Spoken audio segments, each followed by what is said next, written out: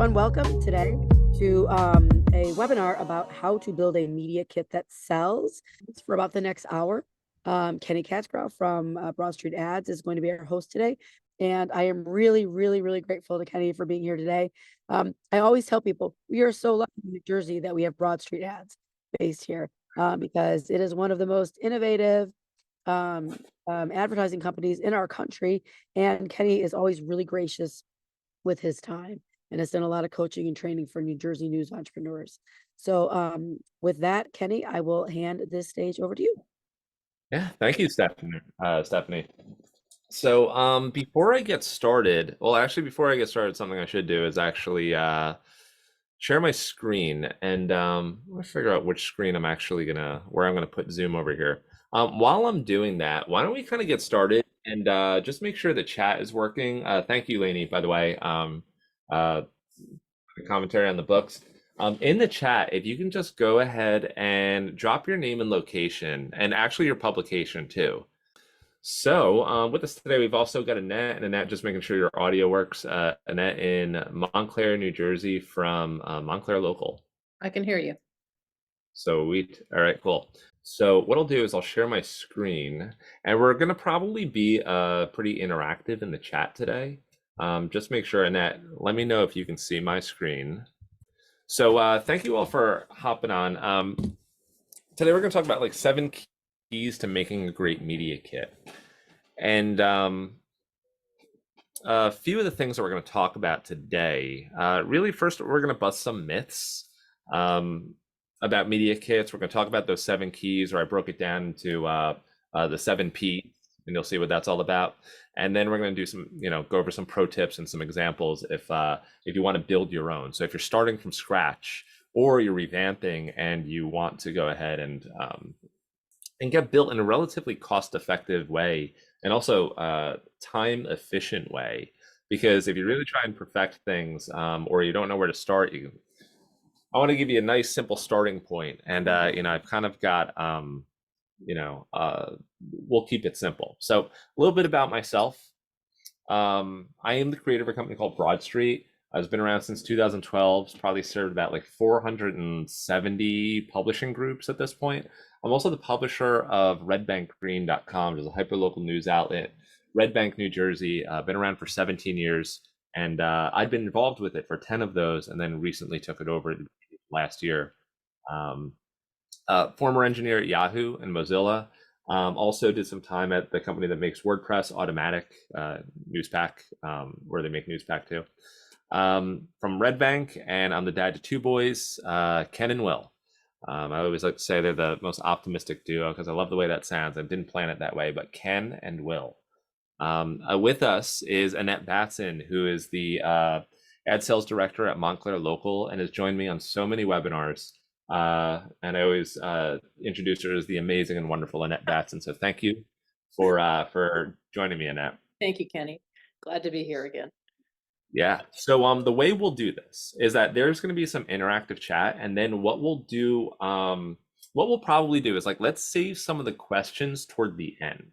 So if you have anything that you want to ask, especially just something to think about, any burning questions, anything that you came to this webinar hoping that would get answered, just save that to the end and maybe make a note of it, because I want to make sure that we get through everything that we possibly can. The actual slides will probably take about 25 minutes.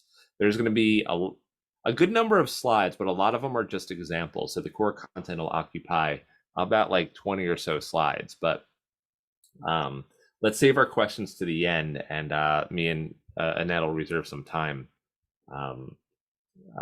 maybe the last 15 minutes or so. So like I said, I promise that this will be simple. We'll keep it very simple.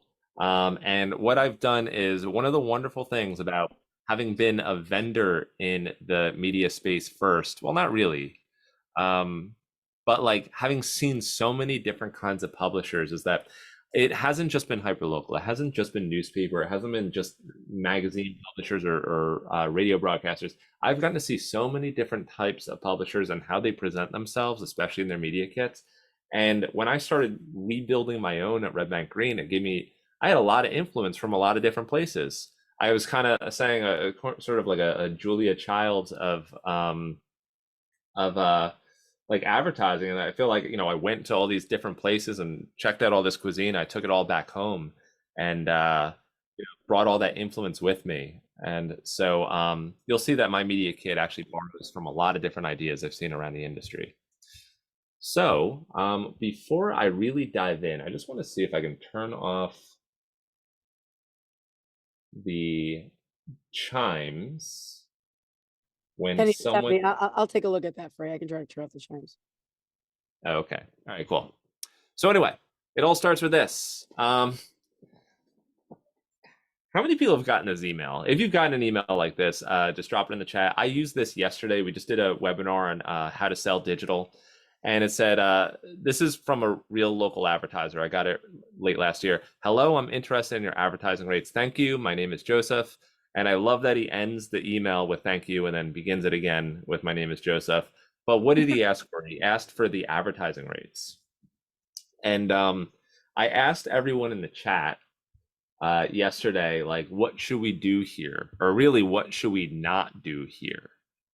And we were generally agreed that whatever you do, do not send him the advertising rates, right? We want the opportunity to talk to him and really get an opportunity to understand why he wants to advertise. But it looks like Lainey's gotten that question, Mary. You can look at it and say, especially if you're relatively new to sale, you might think that, okay, this person knows a little something about advertising. I'll just send them the media kit. But really, at the local level, like, they don't. So we don't want to send them the media kit. But it's important to have a media kit because he assumes that exists in some form. And there is some information that he's trying to get out of it. He's trying to get like opportunities, pricing. But if you did send the media kit, something that would happen is that they would look over it. They probably wouldn't have a good idea of like what they wanted or how to respond. And then they would do what we were saying yesterday is ghost. So we don't want this person to ghost, but we do need the media kit. Casey says we get these a lot. So first, let's bust some myths with the media kits. These are myths. These are things that, like, even though we kind of know they're myths, we tend to believe it. So if you can kind of get with this, some of these things that come up, just drop it in the chat. I'll do it myself. If you kind of, and we did have the title of this webinar, this session, how to make a media kit that sells. If you have this idea that like the media kit helps sell, drop it in the chat. So if you feel like, sales are, in some way, especially if you don't have a media kit, might be held back by the fact that you don't have one, just drop it in the chat. I'll do it myself. I'll just type the word sell in the chat to do that. So if you believe that, just put the word sell in the chat. Believe it or have heard it or have thought it at some point. Julie.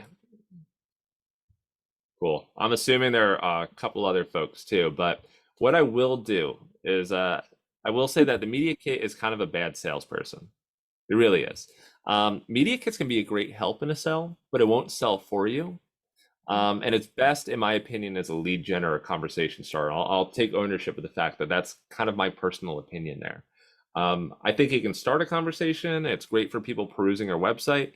But when it really comes to selling, to be a really good and effective seller, it takes someone who's willing to talk to the advertiser, talk to the person who's thinking about advertising, understand why in the first place, and understand where they are and where they're trying to get to, what they think advertising is a solution to, where they think it's going to take them.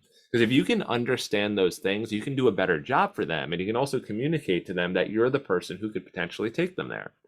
I won't get into the sales piece, but if you can understand from somebody the business problem that they're trying to solve, but then you can go even deeper and understand what that personal problem is that they're trying to solve. Because a lot of times when you're talking to a business owner, they don't want to buy an ad.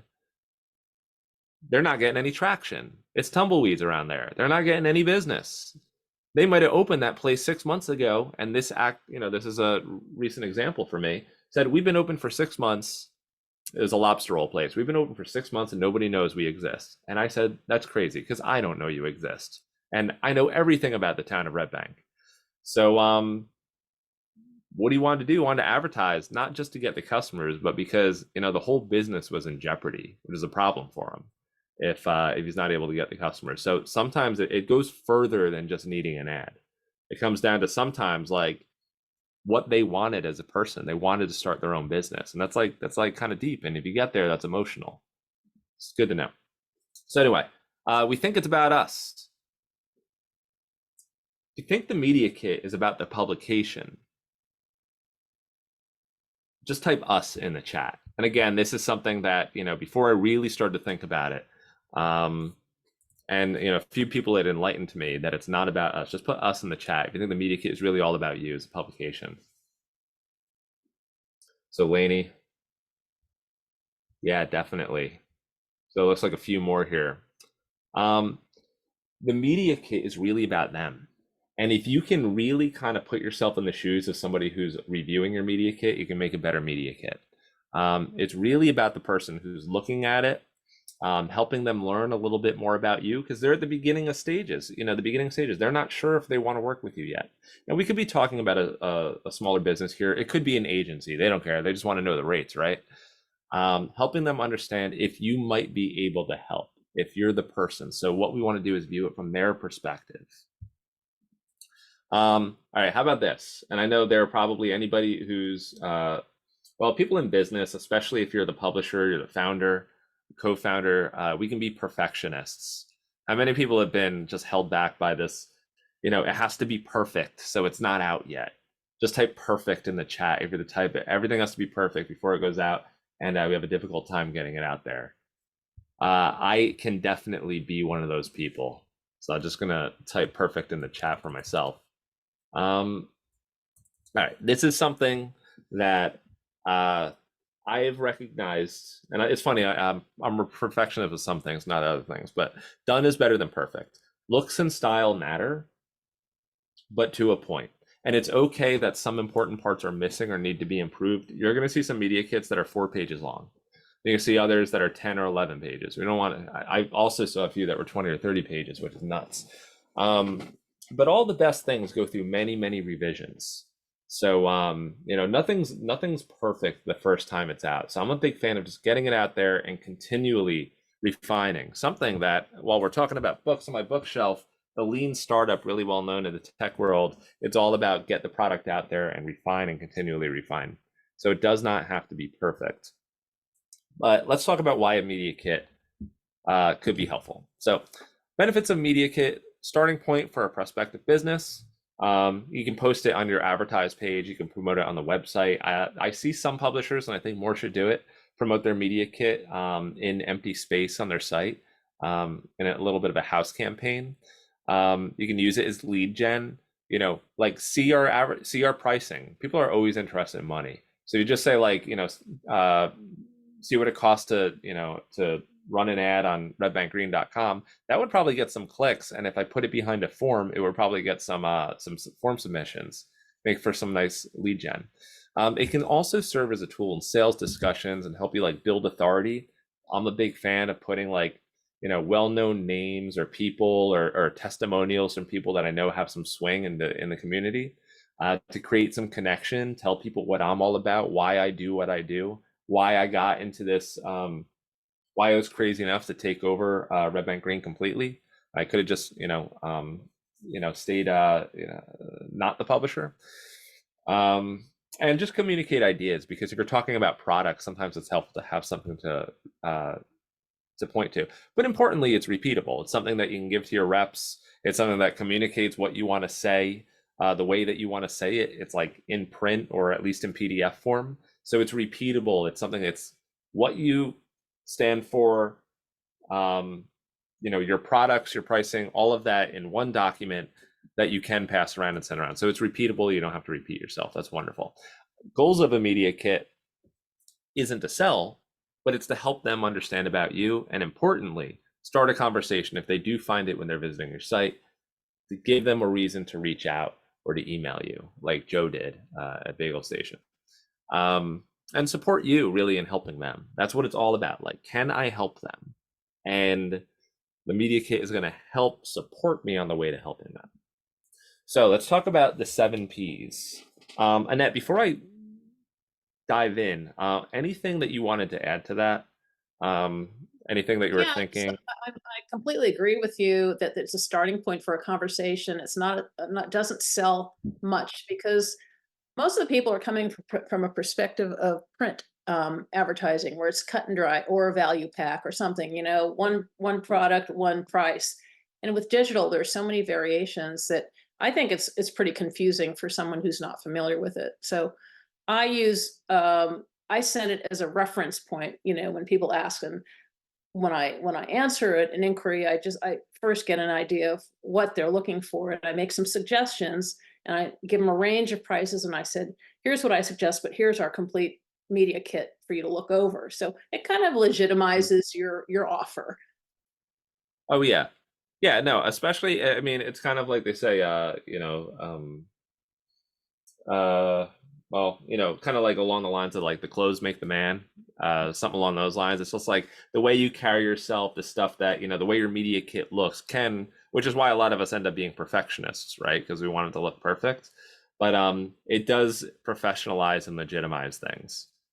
So we like that. Feels And real. I do think These that, folks got it together. and I think the simpler it is, the better it is. Because you don't want it to be overwhelming. And like you said, don't give them work to do. Make it easy. Totally. Absolutely. Absolutely. Which is So why we'll talk I about kind of I like to filter through the options that we have, like 30 options of how they can advertise. And I don't like to just give that to them on a platter. I want to say, I serve them two or three things. I say, but here's the whole menu, just to, absolutely. There was that point in yesterday's webinar where we said there's basically two ways. All of the ways to screw up a sales conversation usually fall into two categories. One is that you make them think. There's friction. They have to think about something for themselves, and you're not guiding them. They're thinking like, so if you put out the, hey, what do you want? And they're like, I don't know. They're probably going to ghost. The other option is you make them work and you say, okay, fill out this form, put together your own ad here. Hey, send me the creatives, right? You make them work and they think, let me go do that. They'll say, I'll take care of that later. And fun fact for business owners is that later never comes. Literally never happens. So anybody's worked with small business owners long enough to say that the second that they say like, I'm going to take care of that later, think about that later, it ain't happening. So let's get to the 7 P's. All right. So this is basically our 7 keys, but we got them all lined up here. The first thing, and these are basically commonalities and things that are like really helpful to have in a media kit, things that I've seen in other media kits that I was inspired by. And I have some examples in these slides, and it's also just picked up over the years, things that I think have really resonated and made a good impact. The first is the people in your media kit. And I'm like, what do you mean? So obviously, something that you're going to find in practically every media kit is the size of the audience, right? The size of the audience and the demographics, right? Any feedback from your readers, right? But I also like to show who is behind it. And you'd be surprised that a lot of publishers don't actually do this. They don't put the founders, they don't put the team, like the team together and like happy, for example, showing that it's real people behind the organization. You have the logo and the name of the news organization, right? But that really depersonalizes it. Can we really bring the people out? Maybe anybody who's on the board. If you have a board, I have at Red Bank Green, I'm assembling a what I call Guardians of the Green. It's kind of a community advisory board, and they're going to be in that media kit. So, bring the people from the organization out, and you can talk about how they became involved, why they think it's important. That's really powerful, especially if they're well-known people in the community who have some swing. People that people who are looking at your media kit would recognize. So here's an example of what we're used to seeing. Greater Long Island, we've got our our total number of readers,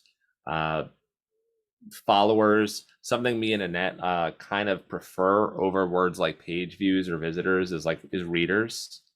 We want to humanize it. We don't want it to sound robotic. We want to humanize it as much as we possibly can. This is another one. So this is one is from Village Media. So really common. We've got, our demographics here. Something that I love that Village Media did is that they also put 16% plan on buying a car, 21% plan on buying or selling their home the next year. So it's almost like, they're also teeing up certain advertiser verticals here. And that's amazing. Like, I love that there's some sales strategy. I would guess that those and you can drop it in the chat, let me know. Maybe that was random. I don't think it is. But it seems like those might be some strong advertising verticals: automotive sales, real estate, and home renovations. So this is what I do. I do in Red Bank Green's media kit. I kind of have a little letter talk about how hard it is to put together a strong digital strategy and how I'm the person to help them do it. I speak to my own background, so it's something that's kind of specific to me, and I put myself in there. And a lot of publishers don't put themselves in there. This is another example. This is Greater Long Island again, and you can see like we got the founder over on the left. It's not clear it's the founder, but this is his team. Just bringing pictures of people in there, and just instead of making it purely intellectual endeavor in taking a look at someone's media kit. The second P is place. You're like, again, what do you mean?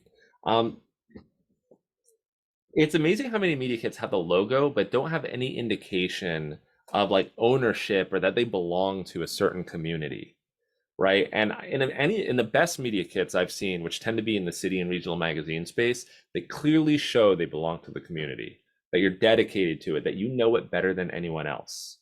And an example of how I do it at Red Bank Green, and I'm going to basically be showing my own examples and some good examples I've seen from around the industry. This is the corner of, and you can kind of see, I know it's a little, we have it with an overlay on it. Broad and West Front Street in Red Bank. This is like the center of attention. It's the beating heart. It's where all the traffic is, all the, people going to the park and going up Broad Street and going to Broadwalk or like just cruising through town. Like it's all right here. Right. And I like to say, like, we're from Red Bank. We are Red Bank. I like to say that first. Here's a good example of in a more regional magazine. This is Our State in North Carolina, how they do it. Got some photography of a well-known pier. New Jersey family. So I just love that, a lot of people associate or in New Jersey think about one of the things they love about the state is the Jersey Shore, the beach. So kind of really communicating that with the family, the people, and the beach.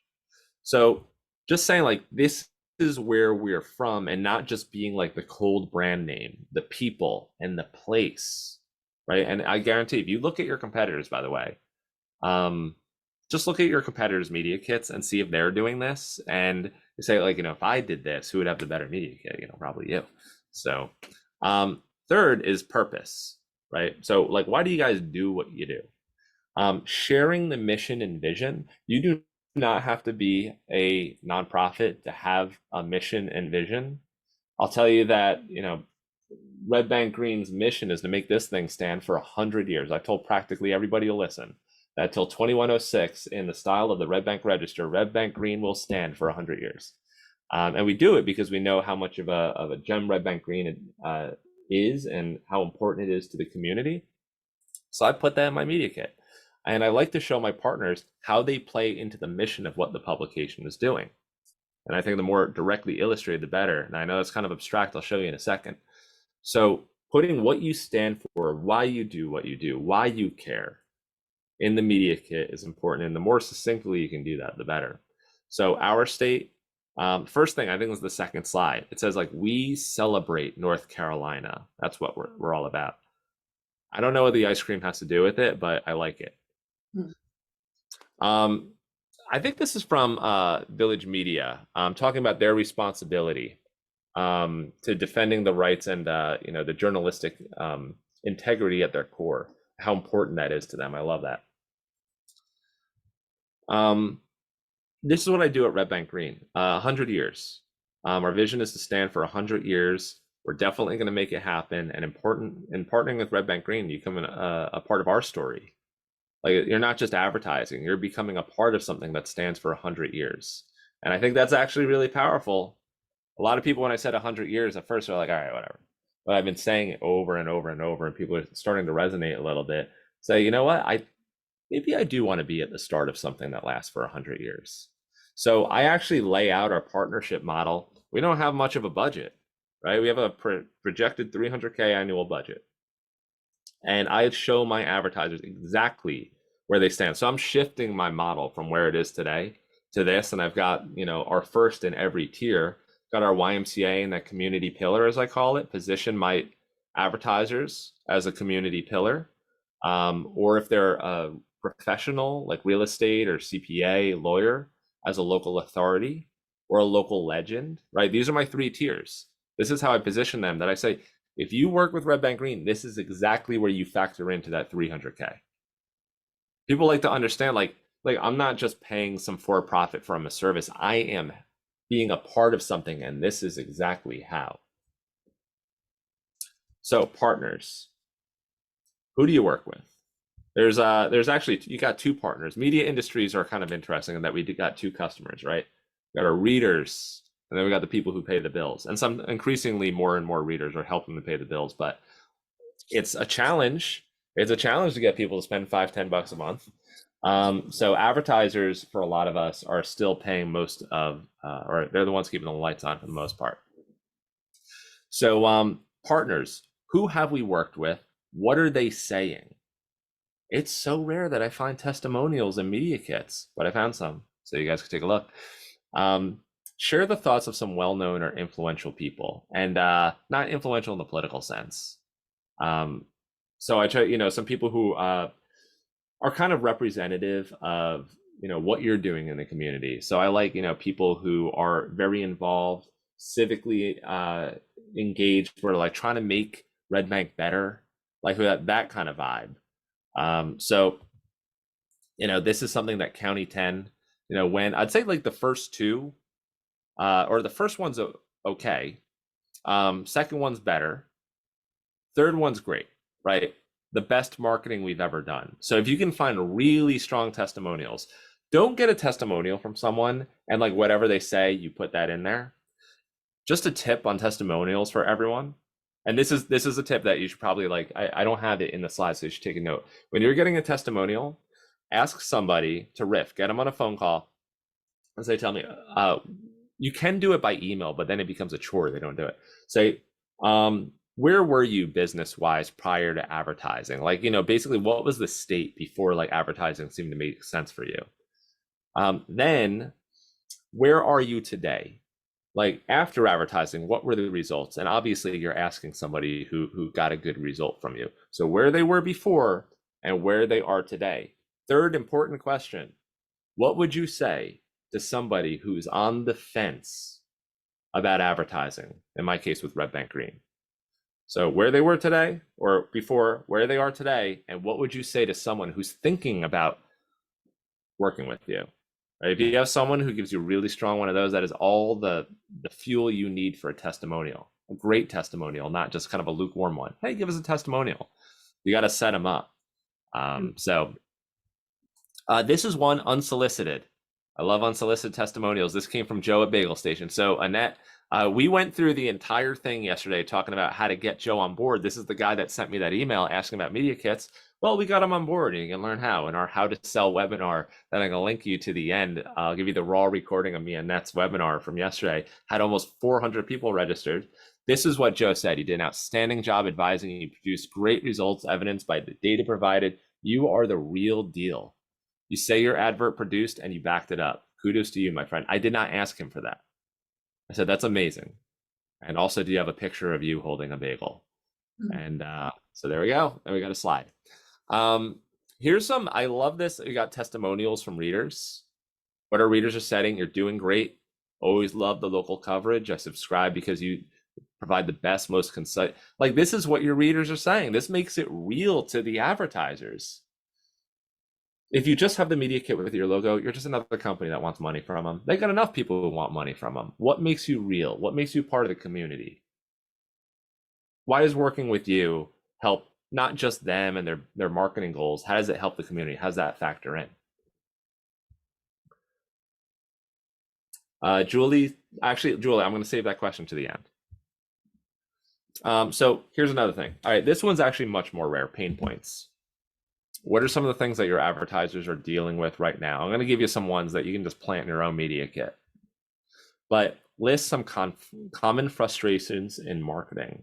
It feels like it's a waste of money. Do you think any of your advertisers wonder if spending money on advertising is a waste of money, whether it's with you or with Google or with someone else? They're just spending a couple $1,000, maybe a few $1,000 a month with Google, and they're like, I feel like it's the thing I'm supposed to be doing. I don't know if it actually works. Of course. Do you know any small businesses that post on social media or yourself and nobody's seeing or liking the content? You ever post something on Facebook and it's something that you feel like should get a ride and it's just crickets? And you know people are probably scrolling through stupid viral videos instead of the important stuff that you posted. So small business owners have that too. I need someone to take care of it for me. This is something I actually see at bigger organizations. Say, listen, I have an marketing budget. I just don't have time to figure out the digital strategy. I've got a million other things I got to do because I don't just do digital marketing. I do the print marketing, I do the newsletter, I do the social media, I do everything. They say, I just need someone I trust to take the budget and spend it wisely. So doing this will show that you get it and it'll set you up as the person to fix it. This is an example. This is another testimonial in my media kit, but Adam said it only the way that Adam would. He said, advertising is mostly always feels like taking piles of money and throwing it down a deep hole. Yeah, no, I can see that. So finding someone who understands the business, our customers, in a voice that's authentic, and then he goes on. And so this is an example of how I integrated that, because even though these are in different steps, the 7 Ps, you can integrate multiple steps into a single slide. You can do it in different ways as long as you're speaking to that key. This is something I also do in the media kit. Does this sound familiar? Getting seen or liked on social media, spending money on Google and Facebook. It's a draft, by the way, so there's some things that could be corrected with the wording. Spending money on Google and Facebook, and you don't seem to get noticeable or measurable results. Doesn't seem like there's people coming in the door, and almost nobody, just so you guys know, almost nobody at the local level, in the niche level, if you're in B2B, is sophisticated enough to track whether their spend is actually converting to real customers.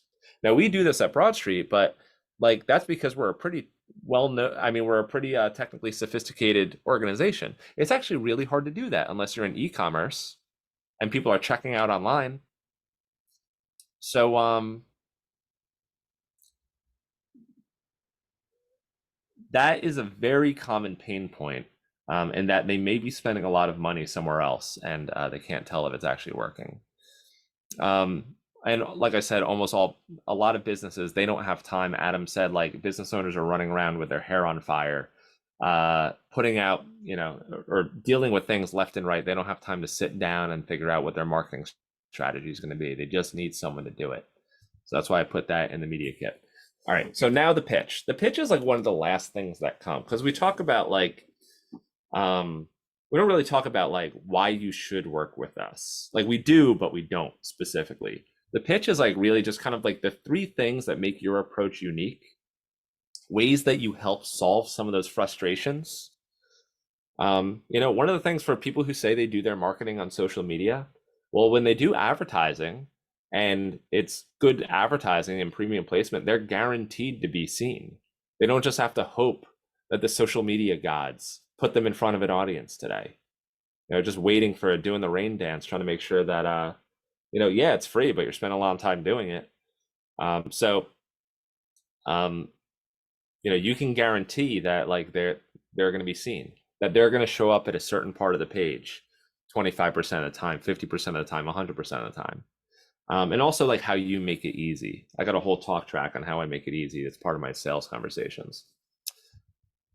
So this is how County 10 does it. They spell it out, tailored to your needs, unique and exceptional product library, the right audience. Me and Annette like to say that we wouldn't sell anything that we wouldn't buy. I know I've been doing marketing and digital advertising long enough, and I never planned to get into this industry.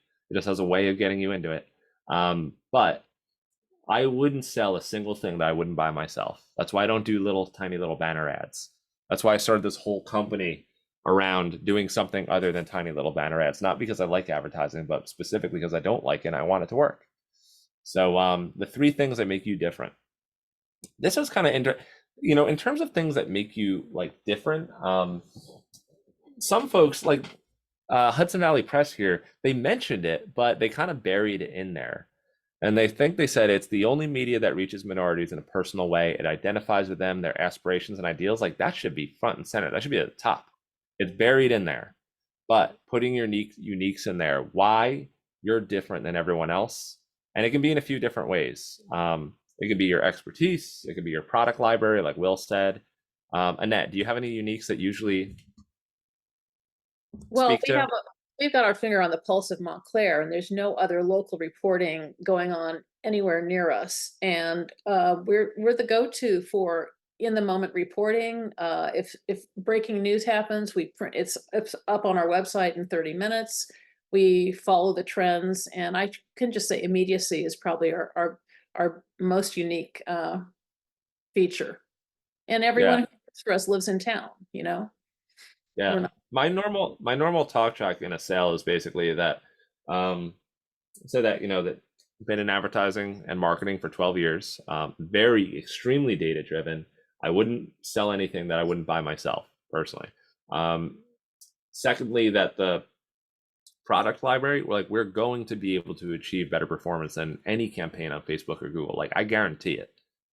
And the third piece is that in terms of the reporting, I check in on there every 2 weeks. I make sure that that click-through rate is just as high as it was when we started, and when it inevitably dips, that we put in a new creative, and I take that off their plate. I do it. So I pay attention to their campaign. I don't just show up 3 months later, 6 months later, and ask for a renewal. A lot of times, they get that from from my competitors. Products. Okay. This is the last one, the last P, and this one deserves some attention. Your products can be like the individual products, or they can be tiers. I broke it out into tiers. I don't like speaking specifically to the product itself. I think that it's too intellectual, right? I want them to think, this tier is for me. This is where I fit in a red, bank, green world. So that's what I want them to think. Local legend, local authority, community pillar, the YMCA, the hospital, they think of themselves as like having a big impact on the community. Local authorities, like the lawyers, the CPAs, they think of themselves as experts. And the local legends, like they want to be the ones that everyone, hangs out at, So I like to speak to the goal and not the product itself. So for local authority, if I'm talking to, or if I'm working with a real estate agent, I'd say show your expertise instead of we'll write the sponsored content post. Show your expertise, for a lawyer. Let's show, how much you know about estate law, as an example. So there are a few different ways to show products. This is another Village Media example. And this is good for an agency because it just succinctly kind of just tells them what it is. I wouldn't recommend this for local folks though. I think this might have been their agency specific media kit. And I can be corrected on that in the chat if I'm right or wrong. But basically got our display advertising, here are the CPMs. And it's a good idea to get a sense of what their pricing is on the CPM. So agencies, they pretty much know what they want to buy and the CPMs they're willing to buy. So this is perfect for them. At the local level, we want to make it a little bit more understandable, right? So this is Potomac Local. They just break it down. You got 3 products. You got our skyscraper unit, $350 a month or $3,500 a year. We'll throw in the ad design. $250 a month for a billboard, $2,500 for the year. We'll do a sponsored post for $400. I think they have a second page here. This is Greater Long Island again, but what they do is they'll package it up. They say, let us tell your story, and we'll do a banner ad with sponsored content. Oh, actually, just a note on that, just going back really quick. Anna asked CPM. CPM is cost per 1,000. So for every 1,000 people who's going to see the ad in this, that's how much it costs. So if you want to run a 320 by 480 on desktop, mobile, and tablet, which is a pretty big unit. And I'm guessing that's an interstitial. That's going to be a $50 CPM. So at the local level, by the way, if you're dealing with small businesses, like they just get the flat rate thing. A lot of times you're talking a small business owner, if you start talking CPM, they're just like, and then what do? They ghost. That'll happen. So you make them think, they're like, wait, hold on, do math, brain shutting down, and then it's over, right? So, yeah. So, all right. So a little on that pricing piece. So I mentioned Greater Long Island. They just package it up. You saw how I package it up. Little note on packaging and pricing. I got a webinar. If you're like, all right, you know what? We need the media kit. We need to figure out what our products look like. I've got a webinar for that. I think, Annette, you were also on the packaging and pricing webinar. Want to know how people price and package sponsor content? A good way to do it. But when it comes to products, basically you've got like 3 real considerations, right? One is that you want to keep it simple, like Annette was saying. Just want it easy for them to think about. Another, that you want it to be unique, something that only you do. And then you also want it to be specific to the advertiser's problem. So if you're on yesterday's webinar, this is going to look familiar, but it's important enough that it's in both. If something is simple and unique, but it's not specific to the advertiser's problems, you tend to run into objections and all the reasons that it's not going to work, and they get hung up on the wrong stuff. If something's simple and specific, but it's not unique, meaning like you're not the only person who does it, like, 300 by 250 banner ad, I'll just say, why can't I do that somewhere else for cheaper, right? So you get beat up on price. Then you end up offering discounts and stuff. Nobody likes discounts, right? So it has to be difficult to compare elsewhere. And if something is unique and specific, but it's not simple, so you're the only one who does it, and it would solve their problem, but like you got to go through hoops and explain to the advertiser what it is or why it works, they're going to ghost. That's what happens. So it has to be understandable for them. Because if you stay in that sweet spot, that's where the money is. And for the Village Media folks, I guess your Canadian equivalent there. So I put together a list, a media kit list that you guys can go ahead and take a look at. These are the ones that I kind of took a look at, some of them that I really liked, and I feel like Village Media should be in this list. But you guys can probably Google it. If you do not have a media kit, getting one, this is the easiest way to do it. Starting with a blank Google slide presentation, right? Create a title and body slide. So new slide, and there's one called title and body. For like at the bare minimum, these 4 units, a cover slide, clients and testimonials, about, contact, mission, products, and fill it with the text and images that you want it. So this is like what you got to do, right? Don't even bother making it look pretty. Just get the right content on the slide, no matter what it looks like. Then what you're going to do is you're going to find a style from the list, and I'm going to link to it. I have a Google folder with all of these media kits. Some are really tight design-wise. I bolded the ones that I liked. You're going to find a style that you like, and then you're going to ask a designer, whether it's a local designer or somebody on 99 Designs. And if you don't know what 99 Designs is, it's like you can put up a contest and have a bunch of designers kind of, put their ideas together, and you get to pick the winner. It's really simple.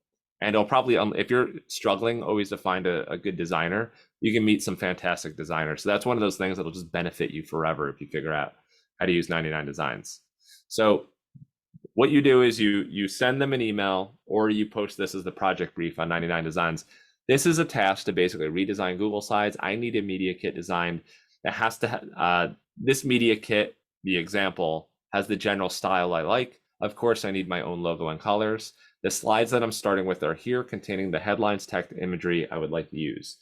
If you ask a designer, just put a couple hours into this, or you put up a contest on 99 Designs, it shouldn't cost you more than $300. It can, maybe worst case, 400 or 500, right? But really 100 to 300 is probably where it's going to land, because you're giving them all the info they need, and all they have to do is make those existing Google Slides look pretty. And the beautiful thing about having it in Google Slides is you can go ahead and modify it anytime you need. Oh, you change your pricing, go ahead and change it. So it's easy. You don't have to break out Adobe Illustrator, Photoshop, or whatever it is that your designer made it with and put that in there. You can just change it anytime you need. You can link directly to it, like I think Village Media did on their website. And you can also download it as a PDF. So if you need to email it to someone or send it over in PDF form for some reason, print it out, you can go ahead and do that. So it's great. Now, just a quick look at Red Bank Green's Media Kit. So you can see what it is I'm talking about. I know we're coming up on time, but we'll get to questions in just a minute. Let me go back to the very top. This is the cover slide.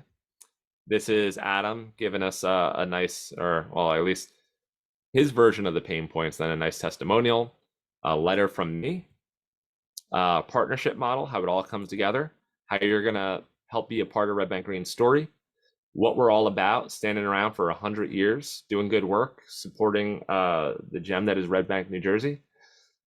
40,000 people read Red Bank Green. I say people, not readers, not page views, anything like that. Talk about those pain points, our community pillar, where they go, speak a little to the newsletter. Again, still a work in progress. Our local authorities, how we present them. I don't just give them a banner ad. I give them sponsored content and I show them exactly, I position them as an expert. This is the top right of redbankgreen.com if you want to take a look at it. And then our local legends. So Adam, my first local legend, he's got a creative that pulls in his upcoming calendar events or his upcoming events on his calendar automatically. So that's really cool. And then I end on Joe. I bookend it with 2 great testimonials. And I love that. So, of course, it's being refined. It's a work in progress.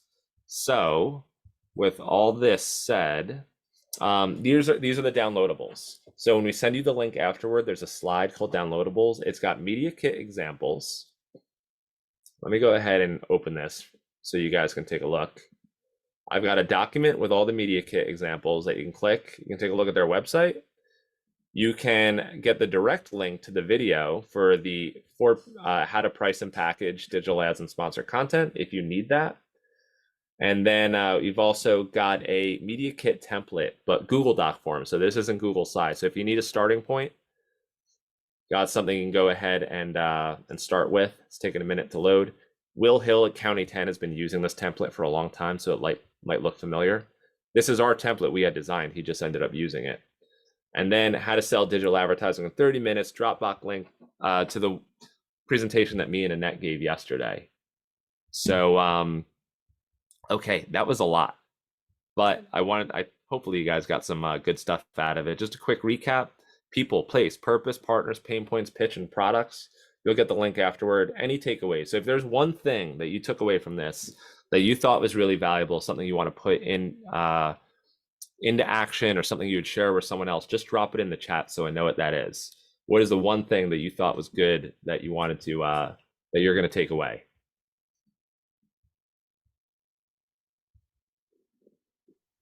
Penny, it's Stephanie. I grabbed the questions that people had posted in the chat earlier and just dropped them as a block there in case you want to run through them. And then anyone else, they can raise your hand. Cool. Thank you. And Lainey, thanks for dropping that. So go ahead and the takeaway, Richard, all of it. Thank you, Richard. Any other takeaways? We're going to add testimonials to our kits. Absolutely. A reminder that it's about them and not us. Oh yeah, it's easy to fall into it. We forget that sometimes. Like the best of us, the ones who've been doing it forever. Forget that. All right, so some of the questions that Stephanie pasted in. Clients are also asking for a kit for a print digital edition. Should this be separate media kits or just separate pages in one kit? I'd probably just do separate pages in one kit. What do you think, Annette? Yeah, but give them the whole ball of wax together and separate. Yeah. Importantly, just keep it simple and understandable. So I'd probably just dedicate a page to each. Can we leave the money amounts off of the media kit? Yes. Yes. The money, there's no right answer on this one. I kind of imply what the pricing is going to be. You want to be a community pillar, it probably ain't going to be cheap. But you can leave a media kit and a rate kit, rate sheet and a media kit, and keep them separate because your rates are going to change. Yeah, your product might even change as you evolve, and so you want it. But the core essence of your business probably will stay the same, and that's what your media kit's about, right? Yeah. And the thing is, like, listen, if you put the pricing in there, some people are going to see the pricing and say, too expensive. And you're not going to get an opportunity to talk to them and talk about the value. So that sucks. But others are, and with that, like, other people are going to see the pricing and,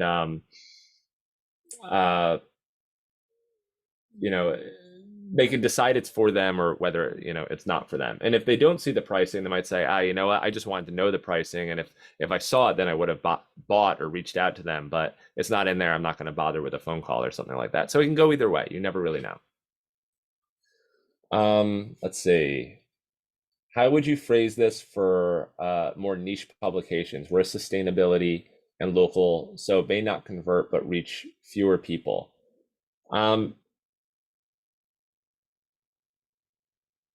So what you don't have, this is what I always say, like, is that what you don't have in traffic. And by the way, if you take that your monthly uniques and convert that to people or readers, a lot of time, like if you say you have 2,000, or 5,000 page views a month, that sounds really low. But if that actually means that you have 2,500 readers, well, that's a little bit different. It sounds different. So what I always say is that what you don't have in traffic, deliver in value, right? I'll show you the most extreme version of value I've ever seen. It's at Sweetwater now. And for a long time when they're starting out, actually different example, but they have a big billboard at the top. If you don't have a lot of traffic, well, you can make a really good impact with the traffic that you do have. And if you think about certain advertiser verticals, especially like professionals, lawyers, etc., if they're to get one client, right, or a handful of leads and one of them becomes a client, is it worth the spend they had with you on advertising? 100%. So it's not about how many you have, it's about what you do with the ones you do have. So that's the way I'd position it.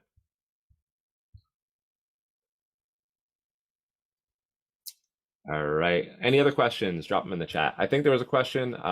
What should the CPM be for ethnic media? That's a tough question. What I like to do, and I would take a look at that pricing and packaging webinar, is figure out what you need as an organization, first of all, to keep everything running, right? So figure out what that revenue target is altogether, and then figure out what your pricing needs to be and what the equivalent CPM needs to be. Now we show how to do that in the pricing and packaging webinar, but one of the ways you don't want to set your pricing is looking at what other people are doing and set your pricing. I know that's one way of kind of shortcutting it, but pricing should really be based on what you need as an organization. And a lot of times you have no idea how guided or misguided someone else's pricing is. There's sometimes sometimes like the group can be doing something that's not beneficial to them. It's very possible. So, okay. Beyond click-through rate and non-e-commerce businesses, can you share any techniques to help our advertisers prove ROI? I like your idea. I'll show you what I do at Red Bank Green. I do a couple of different things. I know we're going to come up on time in a second, but I got a few minutes if you guys do. Well, one thing that I do is I pretty much beg our readers to, tell the business owner that they saw the ad on Red Bank Green. Nothing makes a Red Bank business owner happier than to hear, I saw your ad on Red Bank Green. So believe it or not, people have done this. It was pretty cool. So particularly Stu at Monmouth Meats, if you go to this guy on the sidebar, he's kind of famous, and we did a video with him.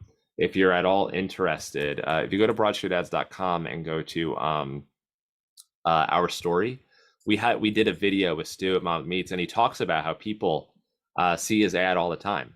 So testimonial is one way to do it, begging people to tell, because you don't ever want to lose an advertiser to like the worst excuse ever, which is nobody told me that they saw my ad. Nobody's ever done that ever. I've seen ads before. I've never told anybody that I saw their ad. Now, one other thing I did, kind of high tech, is that I built a button, right? And I put a sign, I put it in the storefront. It was at a lobster roll place. I put in the storefront and it said, if you are here today, now or in the past, because of an ad you saw in Red Bank Green, click this button. And people clicked it. So just being a developer comes in handy because I could build that. and prove that the advertising worked. And I put that on YouTube too as a video. Last thing I did, and I know you're like, kind of like, okay, is this stuff I can immediately implement? The wrapper, yes. Begging people to tell the advertiser that they saw your ad, yes. This is something that I'm doing too, is that I'm going to do more of it. I allow advertisers to like an ad. Readers to like an ad to give them some kind of indicator that, and lastly, I didn't mention it, also the reporting. So if you don't give your advertisers any kind of reports, you really should. You'd be surprised at how many don't. But I like to go ahead, and this isn't what I wanted to show you guys, but there we go. So the reports that I give advertisers are pretty detailed, and I'll show the click-through rate, all that stuff. Yeah, great. But I also like to show when and where those clicks actually came from. And so that's kind of like, what I specialize in at Broadstreet is that I do this kind of stuff. This came from a publisher at ARL Now, Arlington Now, dude named Scott Broadbeck. He was like, Kenny, can you just kind of just put where these clicks came from so we can really humanize that? That's been really powerful. So there are a few different ways to do it. I just got off a call with a bunch of publishers who are talking about how do we get closer and closer to solving that problem? Understanding where the advertising is trying to get to. And I'm sorry, Annette, if there are any that you want to pick off, I've just been rolling. No, cool. I'm cool. That's fine. Okay. Fine. Understanding where the advertiser is trying to get to. Okay, that was a good takeaway. Updating the media kit. Most helpful I've ever attended. Thank you, Nikki. I really appreciate that. I'm gonna do all the emojis too. Thank you for that. Oh, I do love what the frame you have around the ad that says nothing makes our advertisers more happy than hear from their customers. I think I'm going to just implement that immediately in the top ribbon of our website. And your top ribbon. Totally. And people will do it. Not everybody, but some people. You can already think of the person who would do that. Like my father-in-law, 100% would do that. Just go, hey, I saw your ad on Rev. I don't, that's the kind of guy who would do that. So, you did not mention the newsletter as a product. What do you think of this? Of course, it's a product. I actually did mention the newsletter in my own media kit. That's really powerful. We've got about 15,000 subscribers. I did bury it in there. So where did I put it? In every newsletter to 15,000 readers. I love selling the newsletter because it's like a bonus add-on to anything they do on the website. I said, and I like to pair them up. Do some on the website, some on the newsletter, if at all possible, simultaneously. But if not, alternating. And they really like that because you're getting a whole different audience, a whole different way. A whole different caliber of audience, I should say. So totally, that's great results. Steve says, is the Red Bank Green Media Kit available in the downloads? No, it's not yet. It's still a draft, but it will be available soon. It's just not 100%. And also this particular copy, my designer is still working on as I'm making little changes to it. Let's see. Is the add button function built into the site? So I kind of built it as an ad format on Broadstreet, but likability is something that you can do with a single ad format now, but then just being able to globally all the ads is really powerful. And that was actually another Scott Broadbeck idea, because he was like, as the likes go up, well, once that hits a couple thousand, advertisers don't want to part with that. And it creates some real retention. Because if they discontinue advertising, well, it's back to zero.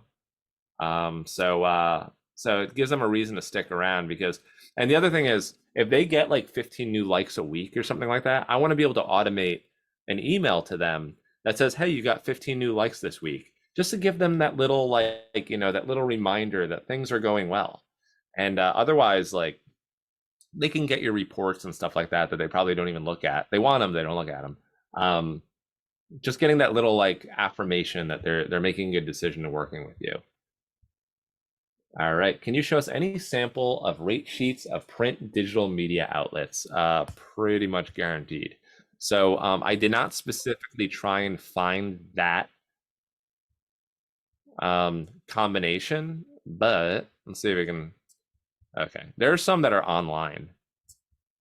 Let me go ahead and try and find one. Pretty much all of the magazines here are print and digital. So we got like New Jersey Monthly, for example. We'll see how they do it. We got their demo. There you go, print and digital. So yeah, there's a couple in here. Newshawk might have it too. Do all of your ads have color box behind them or just certain ones? Love how much they stand out. I try to only whatever rotates in here at a time. Right now it's mainly just Triumph, but not all of them do it because as you can tell, Red Bank Green is it's got some color to it. It's got some personality, but I have to be careful without just assaulting the senses of anybody who looks at the site. So I am like trying to the original designer used to work for Nickelodeon, not this one, the previous Red Bank Green. So Red Bank Green got its personality and flair from a designer who is the wife of John Ward, who used to work at Nickelodeon. So I used to call it the Nickelodeon GAC theme, if you remember what GAC was. So we retained that spirit in a recent redesign. So all the colors went with it. So I have to be careful with the colors. Okay, is that it for questions? Anything I missed? I think you got them all. All right, cool. I think that let me go ahead. Well, we had a Q&A slide. Well, thank you. If you want to reach out to me, you can get me. I'll just drop it in the chat. If it's a Red Bank Green question, you can definitely send it to me on publisher@redbankgreen.com. If it's like a Broadstreet question, then you get me there. So up to you, whatever context. I'm happy to answer any questions you guys might have. And I think Annette is Annette Batson at gmail.com, right? Correct. Yeah. Or Cool. at montclairlocal.news. Sweet. All right. Well, thank you everyone for hopping on today. We're going 8 minutes over with the Q&A. Almost everyone stayed on. So thank you again. Any questions, send them my way. Everyone enjoy the rest of the day. Talk to you all later, right?